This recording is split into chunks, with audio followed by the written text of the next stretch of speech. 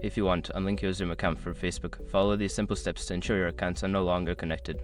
Step 1. Sign into Zoom. Go to the Zoom website or open the Zoom app and log into your account using your credentials. Step 2. Access account settings. Once logged in, navigate to the account settings section. This can typically be found in the profile menu or settings icon. Step 3. Find linked accounts. In the account settings menu, look for the linked accounts or social accounts option. This section displays all accounts currently linked to your Zoom profile. Step 4. Unlink Facebook. Locate the Facebook account in the list of linked accounts. There should be an option to unlink or disconnect. Click on this option to remove the connection. Step 5. Confirm the action. A confirmation prompt may appear asking if you are sure you want to unlink your Facebook account. Confirm your choice to finalize the process. After completing these steps, your Zoom account will no longer be linked to Facebook. If you have any further questions, consult Zoom's Help Center for additional assistance.